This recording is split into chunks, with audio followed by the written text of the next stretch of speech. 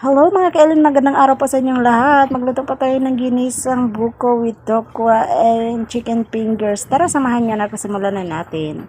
Hello mga kailan, ayan, hiniwayo ako ng pa-cubes yung tokwa, tapos kinot ko siya sa breading mix, manghang yung ginamit ko. At nung nakot na lahat, nagpainit na ako ng mantika, then prinito ko na.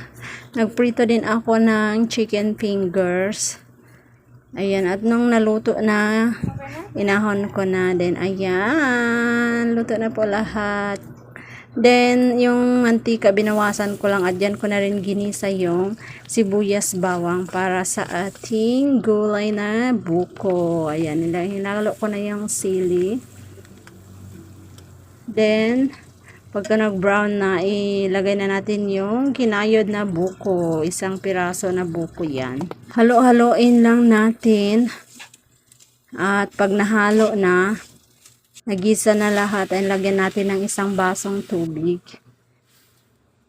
Then, haluin ulit. Then, takpan ng 2 minutes. Then, after 2 minutes, maglagay na tayo ng pampalasa, paminta at magic. Madali lang naman maluto yung buko. Mga 3 to 4 minutes luto na yan. At lagyan natin siya ng luyang dilaw para manilaw-nilaw yung kulay niya. At haluin. Then, after a few minutes, ganyan na. Luto na po ang ating buko. O, kung hindi pa kayo nakatry na gulayin ang buko, subukan nyo po. Check na magugustuhan nyo yan. Ayan yung chicken fingers at tokwa natin. Ayan, nilagay ko lang siya on top. Yun lang. Thank you so much for watching. Namin sa cutie pie sa Jollibee. Namin sa cutie pie sa Jollibee.